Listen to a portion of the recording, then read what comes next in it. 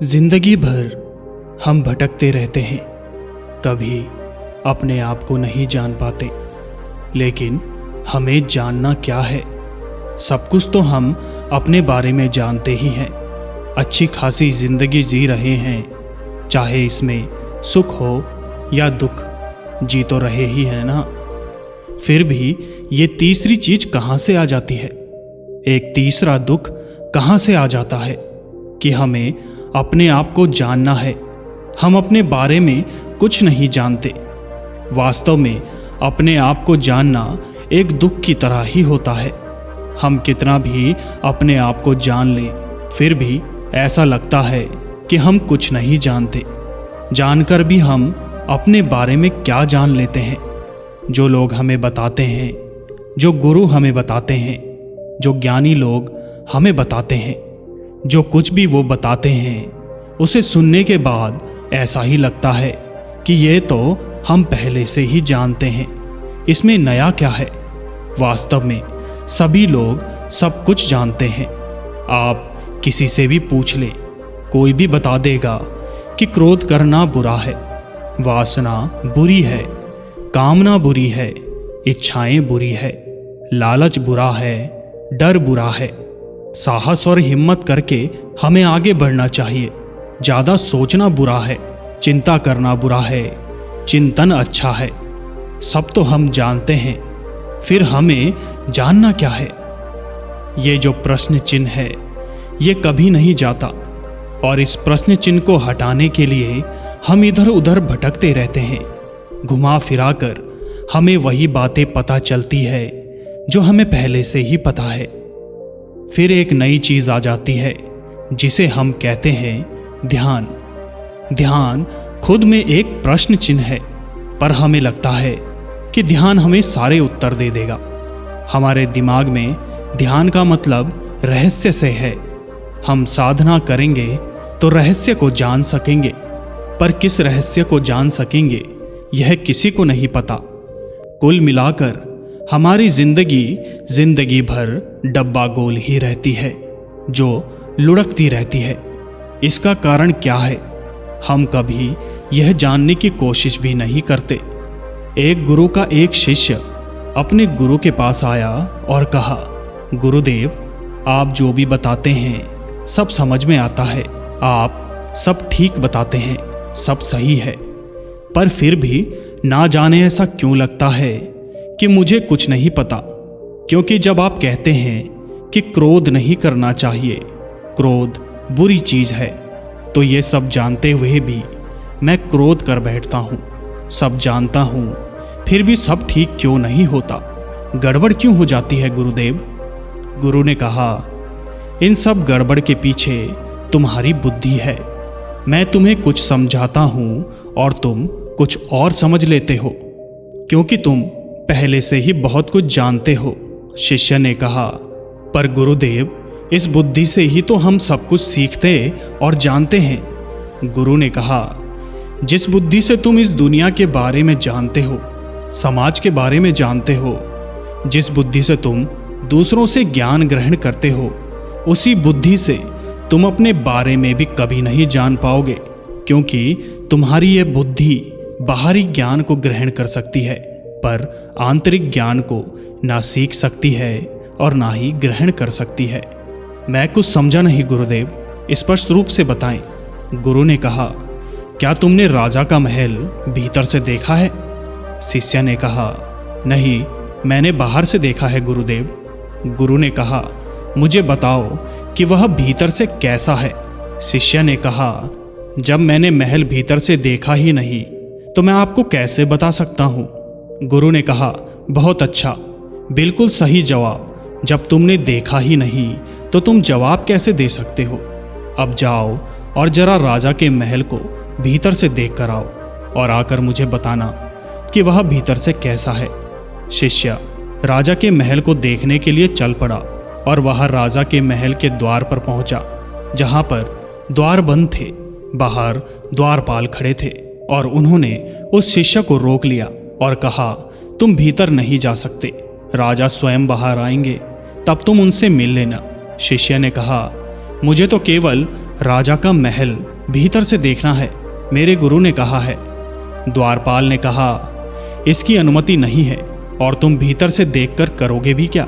हम तुम्हें बताते हैं कि भीतर से महल कैसा है।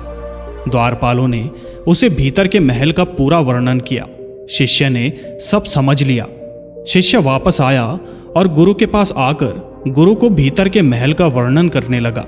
गुरु ने कहा, बिल्कुल सही, भीतर से महल ऐसा ही है, पर अब मैं तुम्हें कुछ बातें समझा रहा हूं, उसे अपनी बुद्धि से ध्यान से समझना। तुम सब समझते हो ना, तो इसे भी समझना। जिन द्वारपालों से तुम मिले उसे तुम अपनी बुद्धि समझो, वही बुद्धि जो सब जानती है। जैसे उन द्वारपालों ने तुम्हें भीतर के महल का वर्णन करके समझा दिया और तुम समझ गए, तुम खुश भी हो गए। अब तुम किसी से भी बहस कर सकते हो और उसे समझा भी सकते हो कि भीतर का महल कैसा है। यह द्वारपाल तुम्हें कभी भी भीतर नहीं जाने देंगे, तुम्हें बाहर से ही समझा बुझा कर भेज देंगे और तुम्हें लगेगा कि तुम सब जानते हो, सब समझते हो। अब मेरे साथ चलो। गुरु शिष्य को लेकर राजा के महल के द्वार पर पहुंचे। गुरु को देखते ही द्वारपालों ने शीश झुका लिया और कहा, गुरुदेव, क्या आज्ञा है? गुरु ने कहा, हमें जरा महल के भीतर जाना है। द्वारपालों ने द्वार खोल दिए। गुरु शिष्य को लेकर भीतर चले गए। भीतर जाते ही शिष्य की आंखें फटी की फटी रह गई। उसने जो सोचा था, महल उससे बहुत ही अलग था। बाहर से महल लाल दिखाई पड़ता था, पर भीतर से सफ़ेद था।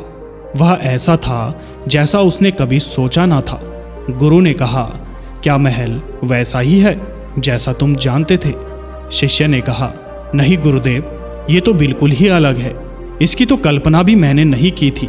मेरी बुद्धि इसकी कल्पना भी नहीं कर सकती थी। गुरु ने कहा, जिस प्रकार मेरे साथ आने पर द्वारपाल सर झुकाकर आज्ञा का इंतजार कर रहे थे, उसी प्रकार हमारी बुद्धि होनी चाहिए। जब हम अपने भीतर जाने लगे तो वह भी इसी प्रकार सर झुकाकर हमारे आदेश का इंतजार करे। ऐसी बुद्धि ना हो कि वह हमें समझा बुझाकर बाहर से ही विदा कर दे। हम इतना कुछ सीख लेते हैं, समझ लेते हैं, जान लेते हैं, बाहर से इतना कूड़ा करकट भर लेते हैं कि हमें भीतर जाने की आवश्यकता ही नहीं पड़ती। बुद्धि जो समझा देती है, हमें लगता है कि वही सही है, इसीलिए ही हम बाहर भटकते रहते हैं और भीतर कभी नहीं पहुंचते। ना पहुंचने में भी हमें लगता है कि हम पहुंच गए। शिष्य ने कहा, गुरुदेव, हमें क्या करना चाहिए कि हम इस गलती से बच सकें? गुरु शिष्य को अपने साथ अपने आश्रम वापस ले आए और वहां एक बड़े पौधे के पास ले जाकर कहा, तुम्हें इस पौधे को रोज पानी देना है, पर ध्यान रहे पानी जड़ों में नहीं जाना चाहिए, सिर्फ पत्तों को ही पानी लगाना। शिष्य ऐसा ही करने लगा।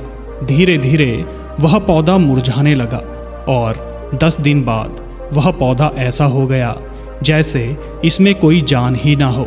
पौधे को देखकर गुरु ने कहा, ध्यान से सुनना और समझना।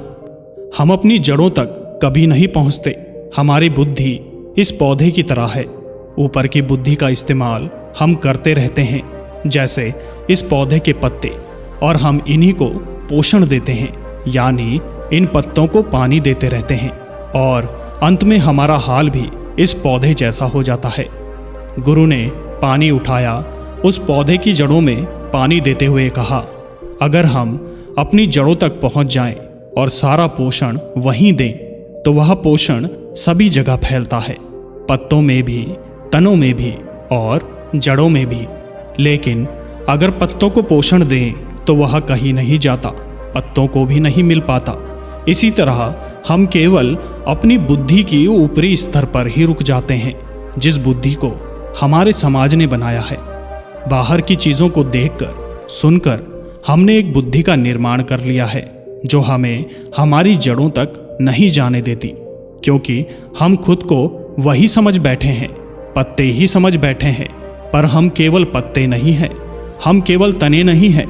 हमारी असली पहचान हमारी जड़ों में है। हम वहाँ तभी पहुँच सकेंगे जब अपनी बाहरी बुद्धि को छोड़कर आगे बढ़ सकेंगे। तुम ध्यान भी करते हो तो अपनी सामाजिक बुद्धि को छोड़ नहीं पाते। वास्तव में ध्यान में हम अपनी बुद्धि के ऊपरी हिस्से से छुटकारा पाने की कोशिश करते हैं, जिसे हम बचपन से लेकर अब तक बनाते आ रहे हैं। इस दुनिया में हम बहुत कुछ सीखते हैं, लेकिन कुछ चीज़ें ऐसी है जिसे हमें कोई ना भी सिखाए तो भी हम उसे सीख लेते हैं, या कहें कि वह हमारे भीतर ही है। इसी प्रकार हर ज्ञान बाहर ही नहीं होता, भीतर ज्ञान का भंडार है। जैसे क्रोध करना हमें कोई नहीं सिखाता, हमें क्रोध करना आता है। प्रेम करना कोई नहीं सिखाता, प्रेम करना भी भीतर से ही आता है। दया भी हमें कोई नहीं सिखा सकता, यह भी भीतर से ही आती है। क्रूरता हमें कोई नहीं सिखाता, यह भी भीतर से ही आती है। काम वासना हमें कोई नहीं सिखाता, यह भी भीतर का ही ज्ञान है, अपने आप ही आता है। ऐसे ही बहुत सारे अनुभव हैं जो ऊपर आते ही नहीं, नीचे ही दबे रह जाते हैं, क्योंकि हम यह मान चुके हैं कि हमें सब पता है। और जिन्हें ऐसा लगता है कि उन्हें सब कुछ पता है, उन्हें उनकी बुद्धि उन द्वारपालों की तरह समझा बुझाकर भेज देती है। हम केवल अपने ऊपरी पत्तों को ही निहारते रहते हैं, वहीं रुके रहते हैं। इसी वजह से हम सब कुछ जानते हुए भी सब कुछ सही नहीं कर पाते, क्योंकि हम अपनी जड़ों तक नहीं पहुंचते। शिष्य ने गुरु का धन्यवाद किया और कहा, गुरुदेव, आपकी वजह से मुझे अपनी भूल का पता चल चुका है। अब मुझे क्या पता है इस चीज को छोड़कर मुझे क्या नहीं पता इस बात को भी त्याग दूंगा। अब मैं वही देखने की कोशिश करूंगा जो वास्तव में है।